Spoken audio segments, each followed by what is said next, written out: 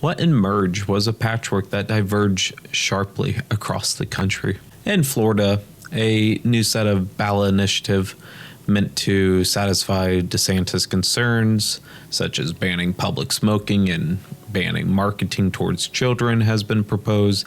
Recently, courts decided a case ruling that cannabis odor could no longer be constituted as probable cause for a vehicle search. In Ohio, there was an internal struggle among the Republicans. Lawmakers had repeatedly tried to revise the voter-approved legalization law, but that looked quite differently depending on the camp, so it hit a gridlock. At the same time, Ohio's governor did put a ban on intoxicating hemp products, which was blocked by the courts on the same day.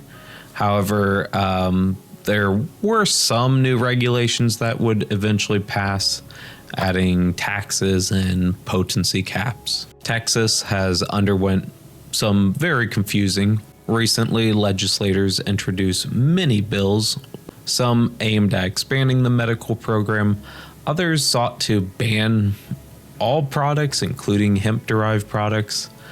And cities also went their own way. Some cities passed reform that would eventually be overturned by state officials that meant to decriminalize cannabis. One of these activist movements, Ground Game Texas, found that cities that maintain decriminalization experience a significant drop in arrests and major savings in enforcement costs. Idaho advanced some of the strictest legislation in the country, including mandatory minimum fines for possession for even small quantities. Policymakers also placed a measure on the 2026 ballot that would give voters the option to give up their ability to vote on the legislation around controlled substances, such as the legalization of cannabis. Meanwhile, other states have gone their own way. Illinois has reported record revenue from legalization.